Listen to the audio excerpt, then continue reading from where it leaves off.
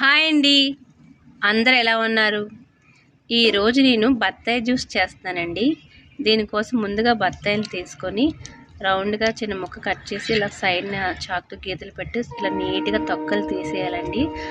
ఆ తర్వాత మధ్యలో కట్ చేసి గింజలు తీసేయాలండి. తీసి మిక్సీ జార్ తీసుకొని ఈ కట్ చేసిన బత్తాయిలను అందులో వేయాలండి. ఆ తర్వాత షుగర్ వేయాలి. షుగర్ని చూసుకొని వేయాలండి. ఆ తర్వాత 2 గ్లాసులు వాటర్ కూడా వేసి బాగా గ్రైండ్ చేయాలండి. ఇలా 2-3 సార్లు ఆన్ ఆఫ్ చేస్తూ స్పీడ్ పెడుతూ బాగా మెత్తగా అయ్యే వరకు ఆడాలండి. ఆ తర్వాత మిక్సీ ఆఫ్ చేసి ఒక గిన్నె తీసుకొని అందులో వడకట్టి దాంతో ఈ జ్యూస్ని వేసి బాగా వడకపెట్టాలండి. లాస్ట్లో కొంచెం చేతితో ఇలా పిండాలి. అంతేనండి, జ్యూస్ రెడీ. నా వీడియో మీకు నచ్చినట్లయితే లైక్, షేర్, సబ్స్క్రైబ్.